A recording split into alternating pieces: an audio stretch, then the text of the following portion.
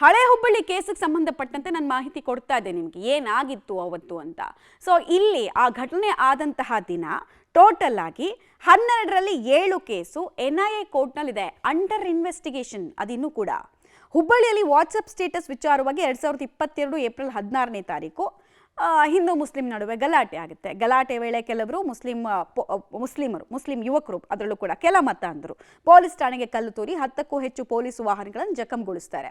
DJ ಹಳ್ಳಿ KJ ಹಳ್ಳಿ ಮಾದರಿಯಲ್ಲೇ. ಆಗಲೇ ಹೇಳಿದ್ನಲ್ಲ, nature of the case same ಇತ್ತು.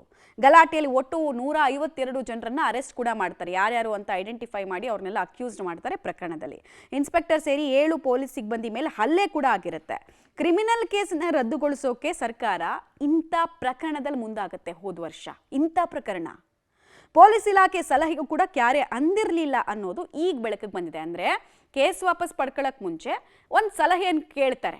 ನಾವು ಈ ಥರ ಕೇಸನ್ನು ವಾಪಸ್ ಪಡ್ಕೊಳ್ಬೇಕಂತ ಇದ್ದೀರಿ, ನೀವೇನಂತೀರಾ ಅಂತ ಪೊಲೀಸ್ ಸಿಬ್ಬಂದಿಗಳು ಕೇಳಿದ್ದಾರೆ, ಪೊಲೀಸ್ ಇಲಾಖೆ ಕೇಳಿದ್ದಾರೆ, ಆಮೇಲೆ ACP ಕೇಳಿದ್ದಾರೆ.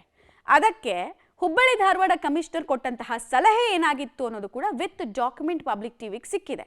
ಅವ್ರು ಏನು ಹೇಳಿದ್ದಾರೆ ಅಂದರೆ, ಸದರಿ ಪ್ರಕರಣವನ್ನ ಹಿಂತೆಗೆದುಕೊಳ್ಳೋದು ಬೇಡ, ಇದೇ ಹಳೆ ಹುಬ್ಬಳ್ಳಿ ಗಲಭೆ ಕೇಸ್ನಲ್ಲಿ ಕೇಸ್ ವಾಪಸ್ ಪಡ್ಕೋಬೇಡಿ ಅನ್ನೋದು ಆಡಳಿತ ವ್ಯವಸ್ಥೆಯನ್ನು ನೋಡ್ಕೊಳ್ತಾ ಇದ್ದಂತಹ ಪೊಲೀಸ್ ಕೊಟ್ಟಿರೋ ಸಲಹೆ.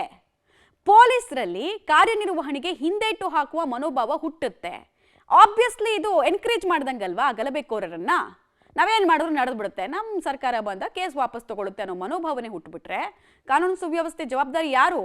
ಪೊಲೀಸ್ ಸಿಬ್ಬಂದಿಯ ಮನಸ್ಥೈರ್ಯಕ್ಕೆ ಧಕ್ಕೆ ಉಂಟಾಗುತ್ತೆ, ಮಾರಲ್ ಡೌನ್ ಆಗುತ್ತೆ, ಆರೋಪಿಗಳ ಇಂತಹ ಕೃತ್ಯಕ್ಕೆ ಪ್ರೋತ್ಸಾಹ ಸಿಕ್ಕಂತಾಗತ್ತೆ ಅನ್ನೋದು ಹುಬ್ಬಳ್ಳಿ ಧಾರವಾಡ ಕಮಿಷನರ್ ಕೊಟ್ಟಂತಹ ಸಲಹೆ ಆಗಿತ್ತು. ಹಾಗೆ ಪೊಲೀಸರ ಬಗ್ಗೆ ಯಾರು ಗೌರವ ಕೊಡ್ತಾರೆ?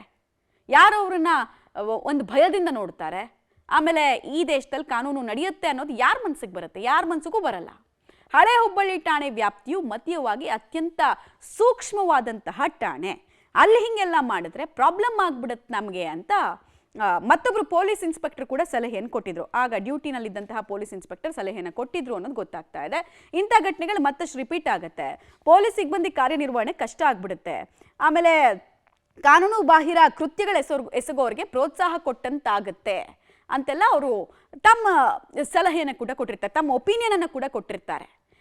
ಕ್ಲಿಯರ್ ಕಟ್ ಆಗಿ ಬೇಡ ಅನ್ನೋ opinion law and order maintain ಮಾಡೋ ಪೊಲೀಸ್ ಸಿಬ್ಬಂದಿಗಳು ಸರ್ಕಾರಕ್ಕೆ ಹೇಳ್ತಾರೆ ನಾಟ್ ಕರೆಕ್ಟ್ ಅಂತ. ಪೊಲೀಸ್ ಇನ್ಸ್ಪೆಕ್ಟರ್ ಕೊಟ್ಟ ಸಲಹೆಯನ್ನು ಕೂಡ ನೀವು ಗಮನಿಸ್ತಾ ಇದ್ರಿ ಏನೇನಿದೆ ಅಂತ.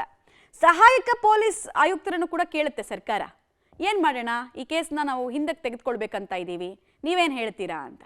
ಆಗ ಅವ್ರು ಹೇಳ್ತಾರೆ, ನೋ ವೇ ಸರ್, ಭಯ ಇರಲ್ಲ ಹಿಂಗೆ ಮಾಡಿದ್ರೆ, ಸೊ ಯಾವುದೇ ಕಾರಣಕ್ಕೂ ಇಂಥ ಹೆಜ್ಜೆ ನೀಡಬೇಡಿ ಅಂತ ಹೇಳಿ ಸರ್ಕಾರಕ್ಕೆ ಹೇಳೋ ಕೆಲಸವನ್ನು ಮಾಡ್ತಾರೆ.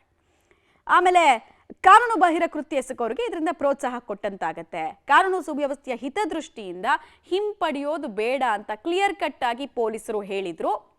ಅದನ್ನ ಕ್ಯಾರೆ ತೆಗಿಯಲ್ಲ ಸರ್ಕಾರ, ಕ್ಯಾರೆ ತೆಗಿಯಲ್ಲ. ಕ್ಯಾಬಿನೆಟ್ನಲ್ಲಿ ಅನುಮೋದನೆಯನ್ನು ಪಡ್ಕೊಳ್ತಾರೆ. ನೋಡಿ, ಪೊಲೀಸ್ ಆಯುಕ್ತರು ಹೇಳಿದ್ದು ಸೇಮ್ ಇದೆ, ಆಮೇಲೆ ಸಹಾಯಕ ಆಯುಕ್ತರು ಹೇಳಿದ್ದು ಸೇಮ್ ಇದೆ, ಇನ್ಸ್ಪೆಕ್ಟರ್ ಹೇಳಿದ್ದು ಸೇಮ್ ಇದೆ, ಅದರಲ್ಲೇನು ಹೊಸ ಪಾಯಿಂಟ್ಸ್ ಏನಿಲ್ಲ ಅಲ್ಲಿ.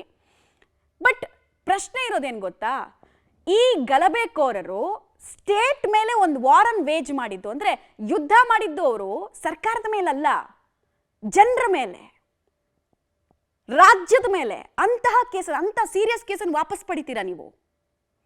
ಇದು ಓಲೈಕೆ ಅಲ್ಲದೆ ಇನ್ನೇನು? ಇದನ್ನ ಪ್ರಶ್ನಿಸಿ ಕೋರ್ಟ್ಗೆ ಹೋಗ್ಲಾಗಿರುತ್ತೆ. ಕೋರ್ಟ್ ಮುಖಕ್ಕೆ ಕೂಗ್ದಿದೆ, ನಥಿಂಗ್ ಡೂಯಿಂಗ್ ಅಂತ.